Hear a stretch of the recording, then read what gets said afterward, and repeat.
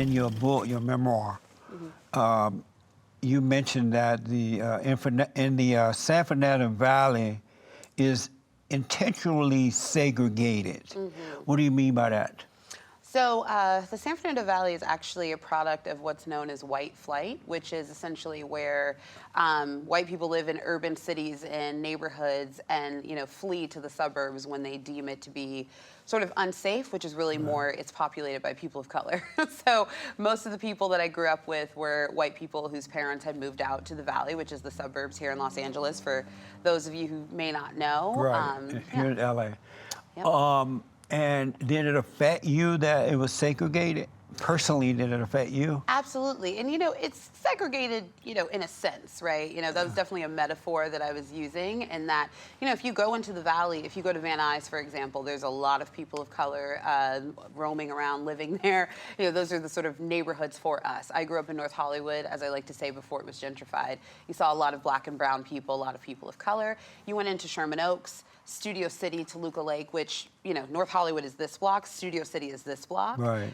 Mostly white people over here, mostly black people, and brown people over here. So it was segregated, not literally, there weren't colors in a white fountain or anything, but it was segregated in its own way. And yes, it affected me in that, it's hard to see yourself, and to see yourself in different kind of ways. And yeah, it definitely made me feel isolated and alone. Really? And so, by white people living on one side, you living on another side, that made you feel what? It made you feel isolated because isolated from what? From more affirming kind of people in my community and more people that I could connect with who were being supported in the ways that I was, because I went to magnet schools.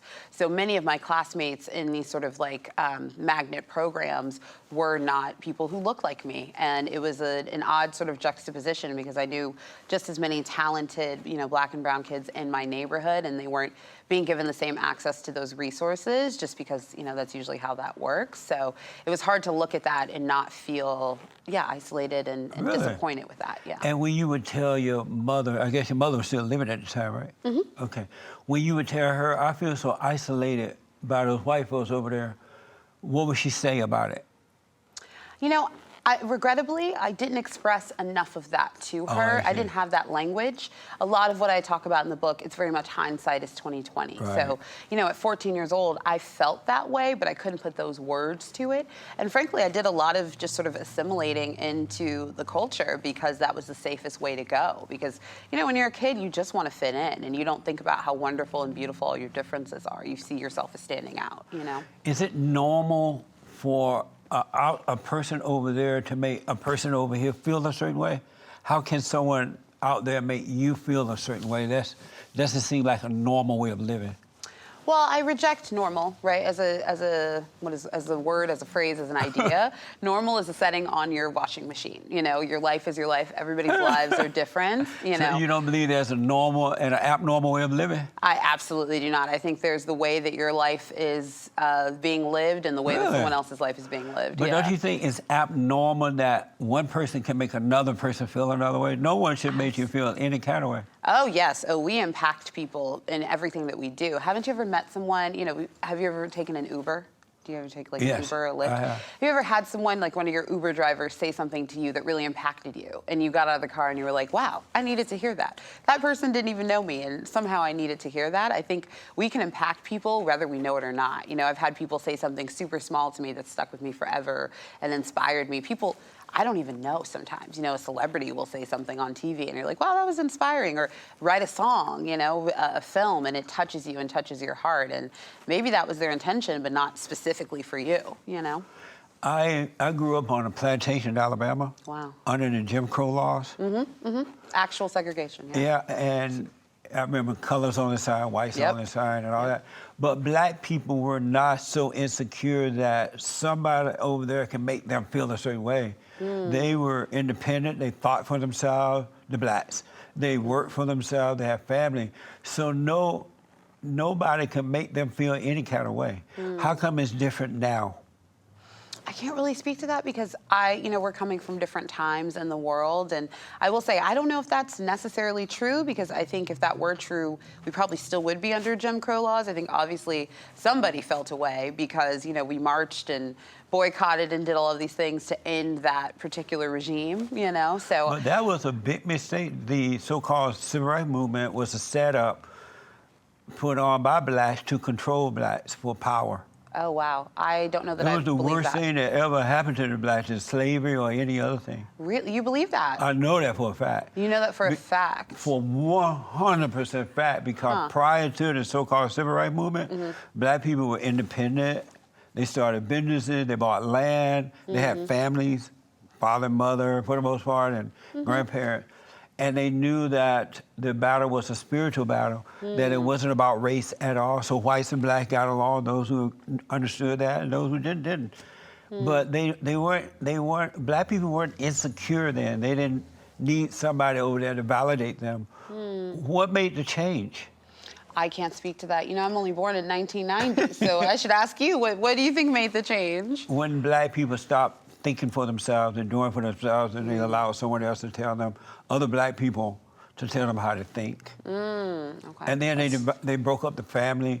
The civil rights leader broke up the family by giving black people welfare, making them rely on the government and that kind of stuff. So blacks, the civil rights movement is the worst thing, other than abortion, that ever happened to the blacks. They have never recovered. That's a very interesting perspective. I can't say that I agree with that at all, but it's interesting, huh? That's absolutely your right to have that perspective. And look, you have a show, so clearly, it's a perspective people are listening to. So it's interesting, though, right?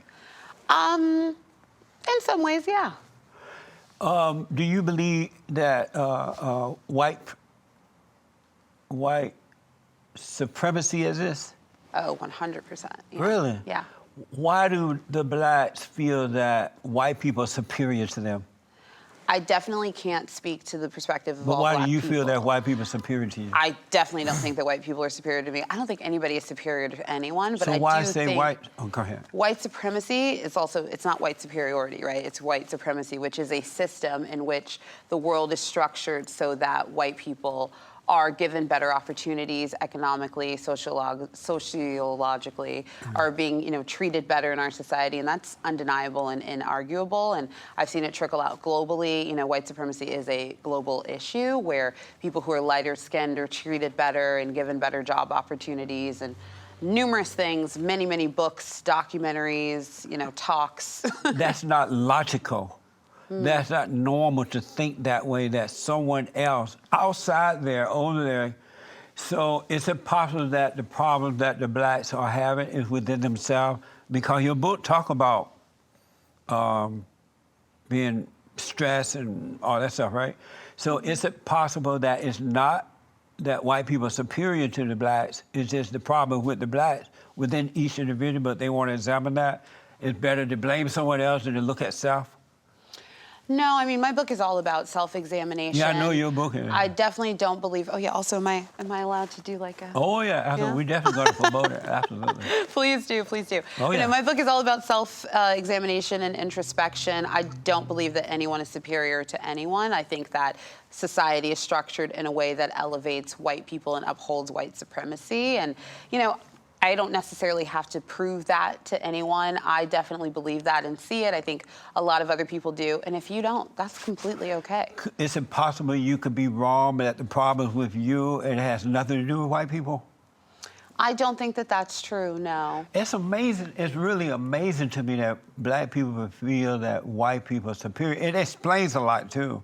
When I hear and see them protesting and talking about white supremacy, because if they didn't believe it, they wouldn't be saying it. So they do believe white people are superior. And that's why they beg for reparations, affirmative action. And I think you're conflating white supremacy, which is something that you've kind of applied to this conversation, and not necessarily anything that, I don't know that anyone, I mean, I'm sure some people believe it, but I don't know if that's necessarily the truth that I would You speak say to. in your book, white supremacy frame your self-image. Yes. And what do you mean by that?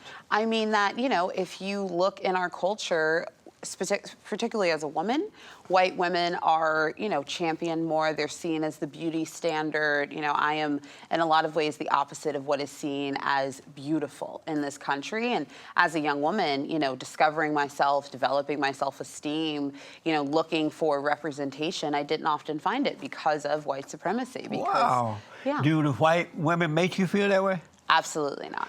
They don't make you feel that way on your own? I mean, I don't feel that way anymore because I've become very comfortable with myself as a grown woman. I'm speaking more about how I felt as a 12-year-old girl. But when you felt that way, did the white women make you feel that way? No. And so why do you blame them? It's not about individual people. It's about a system and the way that our culture is presented. It's not necessarily about any individual person or even, small group of people. It is a systemic global issue. And so your self-image then was the white woman better and prettier and better than me? That's what the world thinks. I don't know that I actually believe that. So how did it frame your image if you didn't think that? Because I was constantly having to come up against that and remind myself that I was beautiful, find ways to see and understand my worth and my value as I was coming up against a world that upholds white supremacy, upholds white people, and sees white women as being the beauty standard.